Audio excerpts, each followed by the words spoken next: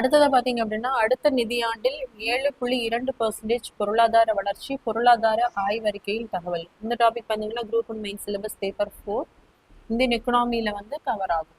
So 2026-27 ஆண்டிற்கான அந்த நாட்டினுடைய பொருளாதார வளர்ச்சி வந்து 6.8 8.2% வரை இருக்கும் அப்படின்னு நம்மளுடைய தலைமை பொருளாதார ஆலோசகர் வந்து கணிப்பு வந்து வெளியிட்டிருக்காங்க. ஸோ அதே மாதிரி கடந்த வருடம் பார்த்தீங்க அப்படின்னா அதாவது 2025-26 வருடம் 7.4% கணிக்கப்பட்டிருக்கும். ஸோ அதை விடையும் இந்த தடவை பார்த்தீங்க அப்படின்னா அமெரிக்காவினுடைய அந்த வரி விதிப்பு காரணமாக குறைவதற்கான வாய்ப்பு இருக்கு.